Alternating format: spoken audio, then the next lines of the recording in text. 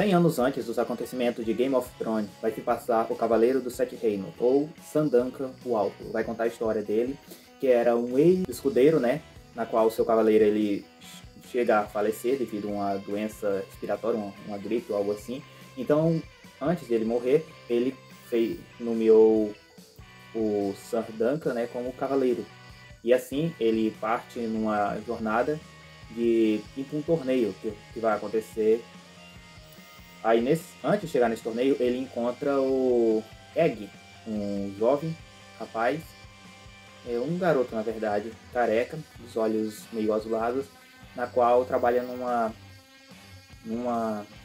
taberna, servindo como ajudando a cuidar dos cavalos, dos cavaleiros. Então ele pede para o Sandanka, né, ele poderia servir ele como escudeiro, mas o Duncan não aceita. Então nisso ele parte de lá e vai para o torneio. Lá ele encontra todo mundo em festa, né, porque vai ter um torneio, e nesse torneio ele vai conhecer uma jovem donzela, na qual ela trabalha no teatro, né, mostrando os dragões e tudo, e nesse trailer mostra justamente essa cena, que inclusive eu lendo o livro, é uma cena que descreve que ela é uma boa artesã para fazer com a forma do dragão, né, que inclusive isso se passa 100 anos antes do acontecimento de Game of Thrones, e tantos anos após o acontecimento da guerra da Dança dos Dragões, né, na qual o último dragão, há rumores, né, que o próprio rei matou o último dragão, com spoiler, né, que aconteceu quando ele era jovem, né, ficou traumatizado. E nisso, ele lá no pavilhão, ele encontra o príncipe Baelor Targaryen, na qual ele o desafia, né, para um torneio.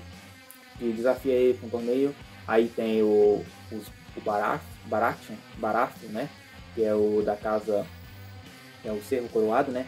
Ele chama o Sandanka para lutar, né, antes um treino. Só que isso, o Egg, que se reencontrou com ele logo após ele ter sido ir lá assinar a escritura lá de participar do torneio, né, ele, quando chega onde tá os cavalos dele, tá lá o Egg cuidando dos cavalos e com o peixe assando.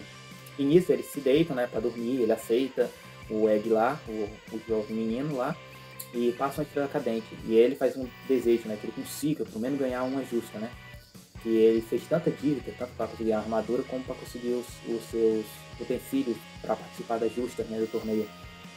E, sinceramente, gente, esse trailer ele tá com uma pegada assim diferente de Game of Thrones ou da Casa do Dragão. Ele tá mais assim com uma aventura medieval, algo mais pé no chão. Talvez não tenha tantas cenas apelativas, né? Seja algo mais alcançar um novo público, né? Algo que as pessoas possam assistir. Eu lendo o livro, não tem tantas cenas de nudez explícita e nem cenas violentas, é mais torneio medieval. Só que isso no primeiro livro, né?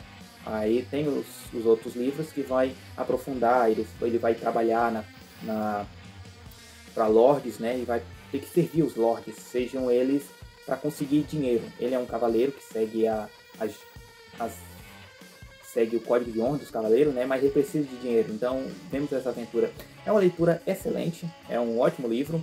Quem gosta desse tipo de medieval, quem gostou também dos livros do George R. R. Martin, vai adorar o Cavaleiro dos Sete Reinos. Então é isso, pessoal. Espero que vocês tenham gostado. E até o próximo vídeo. Eu sou o Diogo. Tamo junto. Valeu.